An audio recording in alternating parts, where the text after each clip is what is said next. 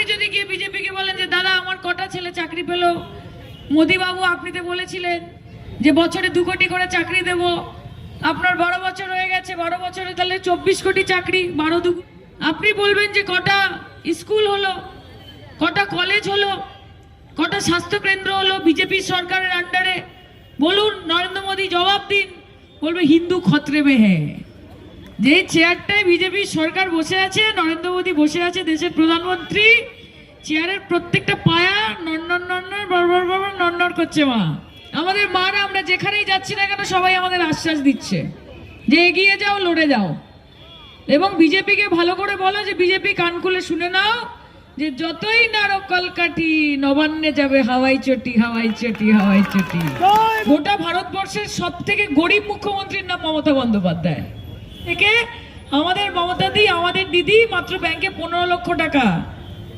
আর আমাকে শুনতে হবে যে উনি দুর্নীতিগ্রস্ত কাদের কাছ থেকে? যাদেরকে তোয়ালে মুড়ে টাকা নিতে দেখা গেছে তাদের কাছ থেকে। এমনি জিততে পারে না। প্রথমে গেছিল বাড়ি বাড়ি মায়েদের কাছে, মোদি 5000 টাকা দিচ্ছি, এবার মোদিজিকে কিন্তু ভোটটা দিয়ে দেবেন। ও দাদা এই 2000 টাকা দিচ্ছি, এবার কিন্তু পদ্মফুল। আমাদের বিজেপি সরকার এলে 3000 টাকা অন্নপূর্ণা ভান্ডার দেবো, বলবে আগে 1500 টাকা অ্যাডভান্স দাও দেখি বাপু। তা কিভাবে জিতবো? বলছে একটা কাজ করো, ভোটারই বাদ দিয়ে দাও, মহিলা বাদ দাও। মহিলারা সব মমতা ব্যানার্জিকে ভোট দেয়, মহিলাদের নাম বাদ দাও। বলছে কিনা অলকাদি? আর বলছে আর কাকে বলতে? বলছে মুসলমানদের দৌড়ে বাদ দিয়ে দাও, একদম বাদ দিয়ে, সব বাদ দিয়ে দাও। আরে মা, আমি পশ্চিমবঙ্গের মেয়ে, আমি হিন্দু বাড়ির মেয়ে। আমরা কখনো ধর্মের রাজনীতি পশ্চিমবঙ্গের বুকে করিনি। 2021-এ ভাঙা পায়ে খেলা হয়েছিল, আর এবার জোড়া পায়ে খেলা হবে। তাহলে বুঝতেই পারছো কি হতে চলেছে।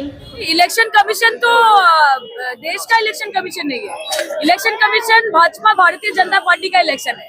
और आज जो नोटिफिकेशन या जो ट्विटर में उन्होंने डाला है पश्चिम बंगाल के इलेक्शन के खिलाफ, ममता बनर्जी की सरकार के खिलाफ, अब तो मैं बोल दूंगी कि ये पर्दा हटा दो, ये नकाब आपने खुद ही गिरा दिया है। अभी हम लोग ये दावा करते थे कि election commission of India Bharatiya Janata party का इलेक्शन कमीशन है।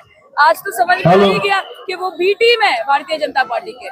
বার্তা কিছুই না, বার্তা যা দেওয়ার যে আমাদের এই বিধানসভা জিততে হবে, সবাইকে একসঙ্গে লড়তে হবে। এবং মা বোনদের উদ্দেশ্যে বললেন, আমাদের মাননীয় মুখ্যমন্ত্রী যা যা সব প্রকল্প দিয়েছেন সেগুলো আবার রিমাইন্ডার দিলেন, এবং আগামী দিনেও সেগুলো আরো ভালোভাবে হবে, আরো বড় আকারে হবে, এবং এগুলো আরো শ্রীবৃদ্ধি হবে, এই বার্তা দিলেন।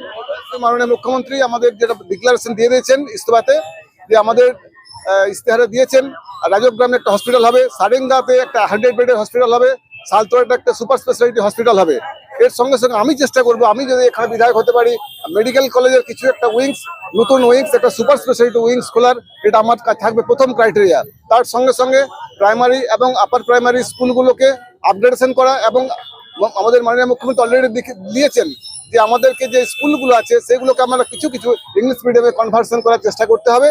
এর সঙ্গে সঙ্গে পানীয় জলের ব্যবস্থা, এগুলো আমাদের করতে হবে বাঁকুড়ার জন্য।